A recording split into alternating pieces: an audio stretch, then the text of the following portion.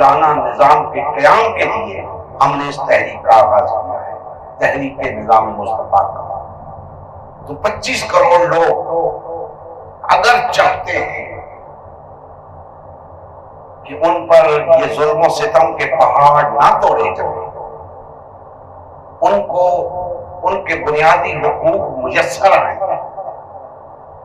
تو انہیں یہ جدوجہد کرنی ہوگی، اس نظام کو بدلنا ہوگا اور اس کی جگہ نظام مصطفیٰ کو لانا ہوگا۔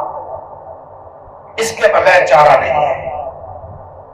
میں بارہا آپ سے عرض کر چکا ہوں کہ اس روئے زمین پر اگر کوئی عادلانہ نظام ہے تو وہ صرف اور صرف نظام مصطفیٰ ہے۔